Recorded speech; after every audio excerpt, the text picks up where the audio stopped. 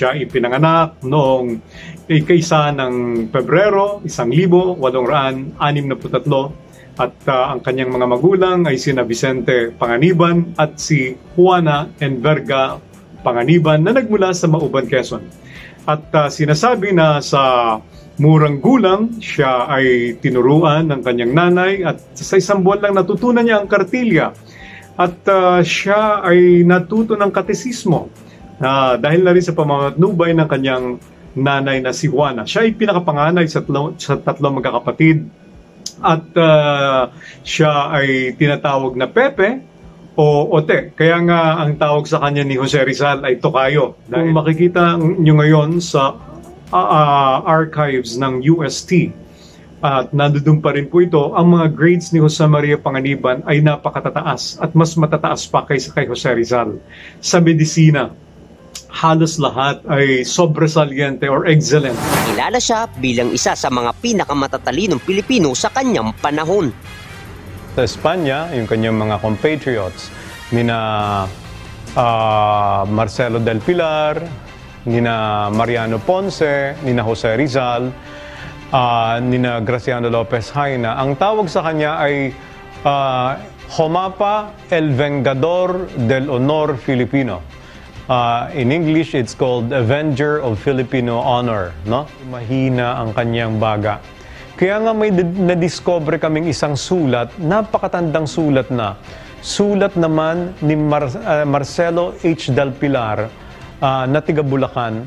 May sulat siya sa kanyang asawa. Sabi ni Marcelo H. del Pilar, may isang Bicolanon nakarating dito. Galing daw ito sa Bicolandia. Ang pangalan Jose Maria Panganiban. Pero parang nakikita namin na siya'y dumudura ng dugo. Ngunit binaliwala niya ito dahil sa pagmamahal sa bayan at sumali kay Dr. Jose Rizal sa pakikipagbaka sa mga Espanyol. Sa edad na 25 sa pamamagitan ng pahayagang La Solidaridad, ay ginugol niya ang kanyang panahon na talento para ipagtanggol ang karangalan ng Pilipinas hanggang sa kanyang kamatayan. He wrote several essays to depict the abuses of Spaniards in the Philippines in order to expose them to the authorities in the motherland, which was Spain.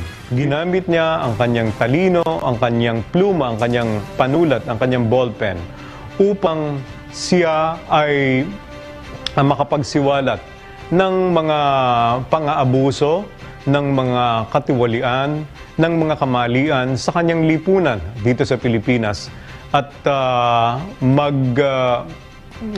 umpisa ng isang pagbabagong panlipunan or social transformation. At sa gulang na 27, pumanaw si Jose Maria Panganiban. Samantala, bilang pagkilala sa kabayanihang ito ay nagkaroon ng batas na Republic Act 11445 na ang February 1 ay tinatawag na Jumapa Day. Ang gusto ni Jose Maria Panganiban, iwaksi ang kasinungalingan at yakapin ang katotohanan.